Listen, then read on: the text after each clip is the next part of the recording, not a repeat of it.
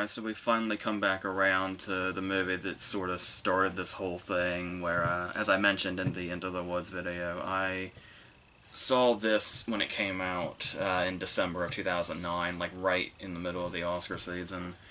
And it sort of got swept up as just, like, really the only reason I was watching was because it was the Oscar season. It wasn't something that I would ever really gravitate towards, because I've never been much into the period costume drama sort of thing. It's like if it wasn't for the Oscar seasons, it might be a genre that I actively avoid. There's only maybe a couple that immediately come to mind that I actually really love a lot, like Barry Lyndon or Atonement or something. But for the most part, they all just kind of blend together to me, more or less, and it's like the one genre I always call out when people ask me if there's something that I don't.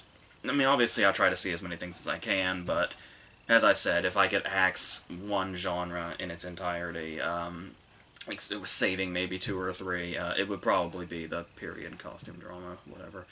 So, and you can have, like, different variations on it, but still, or different stories or something, and occasionally there can be, like, a genre mixing where it comes in, but can be effective in mixing other genres with it, but really it's usually involving royalty and these very mundane plots, which are, I guess, a lot of people consider to be, like the more mundane the plot, the more kind of appealing it is.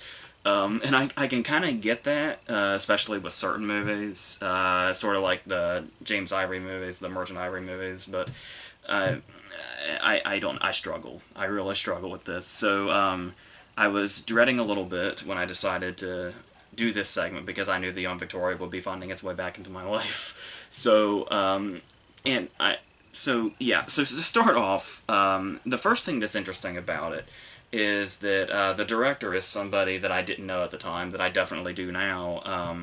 I tend to forget that Jean-Marc Vallée did this, who would go on to do Dallas Buyers Club and Wild with Reese Witherspoon, and has since gone into the miniseries territory with Big Little Lies and Sharp Objects. And what's interesting about this, and why that doesn't really stand out right away, and it's something I tend to forget, is if you watch any of those other four I just mentioned, one of the things you immediately notice is how flashy they are. There's like a lot of editing, there's a bunch of jumping around, and it's sort of a style that he's pretty much...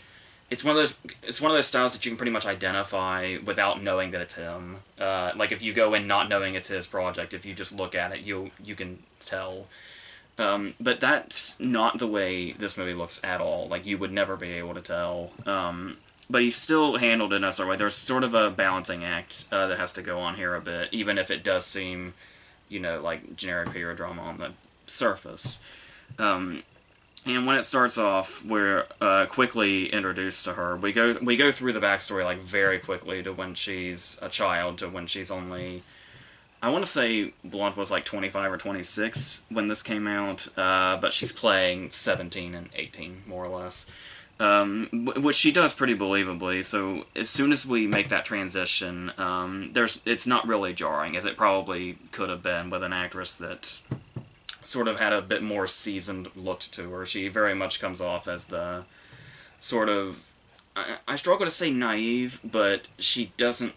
She knows what she's in for a little bit, but not quite. She knows enough about herself to at least have a starting point, where she tells us in the narration that she knows, like, she's living a life that is envied by many, but at the same time, there's so much that just sort of brings it down. And it may seem mundane to somebody else, but she makes us understand very quickly that living her life, these things sort of bring down the luxury of it all, like having to be guided down the steps every time she walks down them, or having, like, there's a point in time towards the beginning where she can't even pick up a book without getting barked at by somebody.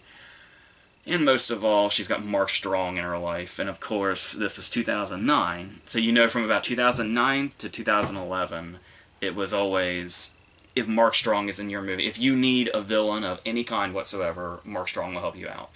And at varying degrees of villainy here, and just immediately in this first scene, I mean, she's sick in bed, and she needs her medicine, and he's, like, physically trying to get her to do the whole Regency thing so he can rule. And you just immediately hate this piece of shit, which is something Mark Strong is amazing at pulling off. This also isn't their first sort of period costume thing together. They also did that Henry VIII thing, I think it was, the miniseries thing. But yeah, I wasn't. That was one of the very few things I wasn't able to track down for this segment, so I'm not quite sure if the dynamic, how different it is, but I would be interested in finding that out. But yeah, so, and going on that, not only does she have all this stuff going on in her life, but she's also got, like, that, even though she's, like, 17 at this point, she still kind of has, like, that childlike way about her, where she always, we see very briefly as her as a child skipping that last step, and then she does it again when she's blunt. But, so there's, like, those little acts of defiance that she knows she can still get away with, and it's at this point that you kind of feel like you know this character, and this is pretty much what it's going to be. Is it's like, oh yeah, she's just, you know, a little defiant, and that's in contrast with her surroundings and all that, and her future title and all that, and what's going on around her. But in pure blunt fashion, she's able to do so much more with this, which is also helped by the Julian Fellows script, and obviously that usually knowing how I feel about costume dramas, that's usually a name that sort of strikes fear into my heart when I see it. But I know a lot of people, like, he's sort of one of the ultimate ones in this category, because, like, there's Downton Abbey, he won an Oscar for writing Gosford Park, and so many other things. But there is something to this script where it feels like, it does feel, once you can get past, you know, the surface level, which is something I couldn't do the first time I saw it, there is a little more here where it feel unlike a lot of movies in this genre, it feels like it exists for more than just showing off production value, showing off costume design and production design and all that. Mind you, it did it got 3 Oscar nominations, one of which was another costume one for Sandy Powell, obviously, and also got nominations for production design and makeup, all of which makes sense. But it is able to do sort of more of that, not just that stuff, but the certain storylines in it, because eventually we're going to get to a sort of somewhat love triangle thing with her Rupert Friend and Paul Bettany, where she's sort of got that, that's also we were talking about, where she's kind of got that innocence to her, where it's like, this is basically like the most sort of elaborate, unconventional coming-of-age story ever, pretty much. Because she's got, you know, the same sort of, like, teenage crushes, like the way she talks about Paul Bettany's character, but then the way she kind of has that sort of, she's standoffish, but she still kind of likes Albert anyway, sort of thing. In the way she's also able to do that sort of contrast thing I was talking about, where it's like, the way she's able to sort of contrast, like, what's even, like, right behind her, like in the big birthday scene with Jim Broadbent, where there's that moment where she just has like a food of sorts or a sweet of sorts, and she just sticks the whole thing in her mouth. Or when they're talking about her from across the table in that same scene, and one of the guys says her father was the most brutal officer I ever, you know, had the misfortune of encountering, and it immediately cuts to her from a distance giggling like a schoolgirl at something Paul Bettany's whispering to her. And so that sort of goes into this, that sort of innocence that she's able to provide goes into the sort of, because the thing about this is that, and I know once again it seems like sort of this big generalization about the genre in general, but I think another thing that is sort of pushes me away from this genre is that it never really feels real to me. It always feels like actors and actresses overacting in giant costumes. But she's able to make this character feel, like, real the whole time, and in various different ways, obviously, because things are going to change as she gets older and she takes the crown and all that other stuff. But every now and then the script will try to be, like, maybe a bit too clever for its own good, like the chess metaphor. Where it's like, we get what's going down here with this character and how she feels about her surroundings and the way people treat her. It does seem pretty on the nose, almost annoyingly, to have her and Rupert Friend playing chess, and she just brings up the whole... I had this problem with Arthur Newman also. It's like, you can really rely on her to make points about her character, just watching her. But for some reason, she's always saddled with this dialogue that just makes her have to explain everything she feels in these really precise ways and terms that really aren't that necessary if you just watch. But I think that was just sort of like, it was trying to be a little clever with that they're playing chess, where her life is a chess metaphor. And it just feels very much like you could tone it down a little bit. It would really help a lot. But the thing also is sort of that character dynamic also, because like when she's first hanging out with her friend, even though we know that there's a manipulation on his part going on here, there is something sort of genuine about when they first have that connection, because he's sort of like, even though he's there for another reason initially, the attraction, the genuine attraction, is pretty much instantaneous. At least it comes off that way. But in true, costume drama fashion, it's going to come down to conversations like the first time we really see their connection, they're discussing opera, and they're naming off people and different ones, and then she says, or he says, I like Schubert, I'll bet you don't like Schubert, but I do. And her response is basically, he's alright. And, like, that's kind of, that's it. That's the first connection, pretty much. And there's also, but the thing is, though, is that her look to him when she says, Schubert's fine, whatever, sort of kind of sells that attraction itself immediately, even though she's also got to simultaneously sell her attraction to Paul Bettany as well. That's sort of more like a schoolgirl attraction to Paul Bettany, really. There's, okay, say there's, like a more modern, analogy where she's like maybe the head cheerleader, and she's got her boyfriend Jock, who's in the same grade as her, who is Rupert Friend. Paul Bettany's basically like the senior, and the one that's sort of unattainable to her, but at the same time, there's also a bit of sadness to watching her go through this also, because she's got such that way about her, but like everybody's just using her in one way or another. But even with the Paul Bettany character, by the end, his last scene, we learn that like everybody just wants to be her friend, more or less. If they can't be more, they'll settle with being her friend, as long as they're not her enemy.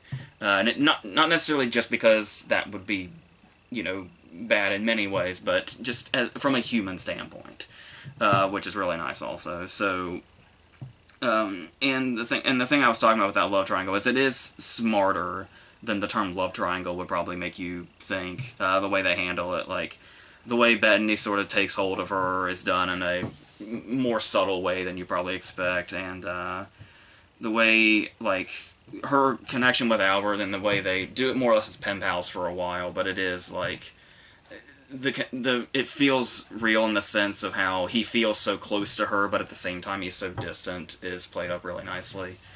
But all in all, it does come back to not just what she brings to it herself, because it is like it's really good that she's pretty much in the entire thing from beginning to end in almost every scene, because it's like any rare time the movie trails off and she's not on screen, I get a glimpse of how hard this movie would probably be to get through for me personally. Like I said, that's not even something I can really blame the movie for. It's just from the start. It's like I said, the whole how I feel about the genre in general. But because of her presence, it does feel like watching something a little different than usual than this genre has to offer, which is very much appreciated, especially when she's got to do the. I like that she's not, like, despite the position that she's in the mature way, ironically enough, that she's able to deal with it. There's only maybe a couple of scenes where she has to get, like, really super emotional. And there's, and a lot of the times they're small, like, the time the camera lingers on her after Jim Broadbent has this big outburst. But then there's a couple of scenes where she cries, and it's like, her cries in these scenes have such, like, a real pain in them, as brief as they are, that just really hits you in this big emotional way, and like I said, for such a small amount of time, too. And then, once it gets towards the end, after she's already married Albert, she gets to do the big, Oscar-y scenes. She unfortunately didn't quite make it that far. She only made it as far as, like, a Globe nomination, probably a BAFTA nomination. I don't remember off the top of my head, but it would make perfect sense. But the thing here is, I do like the way they sort of do that. Also, it kind of also takes you back to Into the Woods a little bit, the what happens after happily ever after thing, because it's such a big romantic moment and genuine moment when she decides that she's going to be with Albert and they kiss and the music rises and all that. And it's this really big romantic moment that we've been waiting for, and it's great. And then the movie goes just a little longer, and we do get to see this sort of have it. It's obviously, not all wine and roses and all that all the time, but they're able to show those troubles that they had, because obviously, all in all, this is a romantic story. It might seem a bit contradictory because obviously it's got to be about her in her own right. But they do that just as well as they do the romantic portion also, because when you know the story of Victoria and Howard and all that, and how it went on to his death, and she laid his clothes out until she died and all that, there's always going to be like a romantic heart at the center here. And the way they're able to do both of those things without one seemingly contradicting the other, I think, works quite nicely.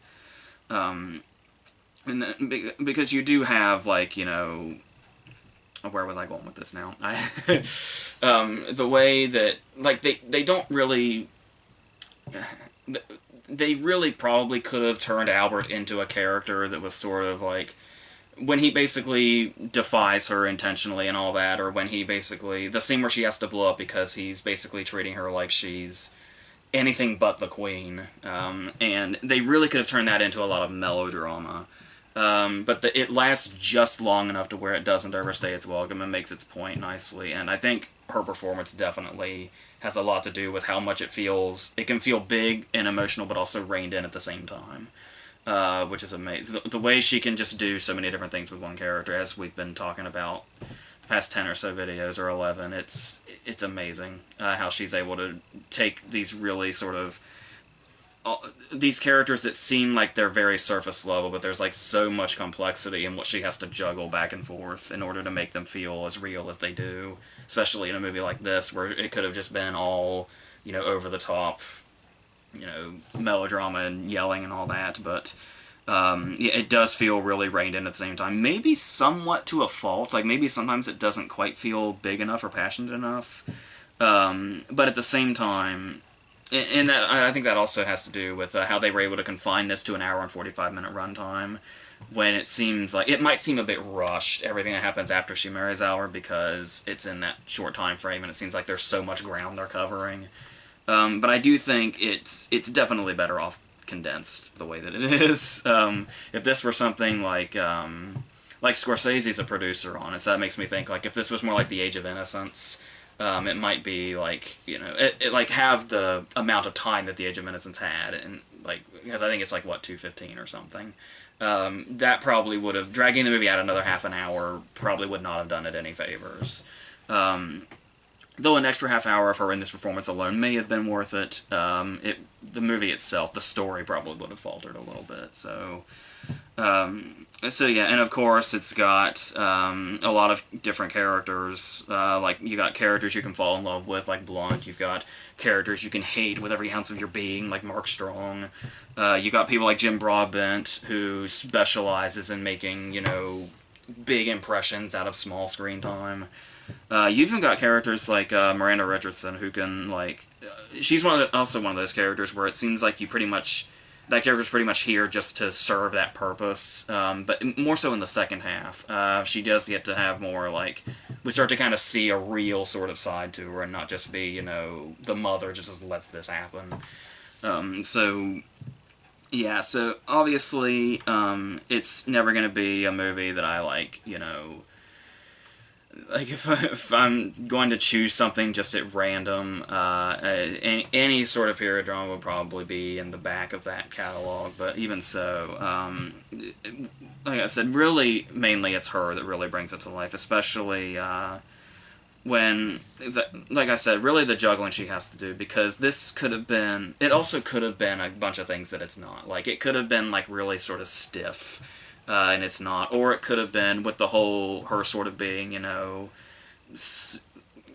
casually defiant in her younger years, and then as she goes into it, it could have been, like, maybe too playful or too cutesy or something. But she just finds the perfect sweet spot for every different scenario this character has to be in, because obviously the way this character acts is going to be different in many different scenarios throughout this story, and she always manages to find the perfect note, as usual. So I think that's about it with this. So this was the one I was the most concerned about revisiting. I wasn't quite sure how I was going to feel about it or how I was going to express that. Hopefully I did that at some point. Hopefully I didn't spit too much everywhere for some reason. But hopefully it doesn't show up on camera. But so the next one I think is going to be Sunshine Cleaning, maybe. Another movie I kind of hated on first viewing, but we'll see what happens. It was earlier the same year as the Young Victoria also. So yeah, so until the next one, I think that's it.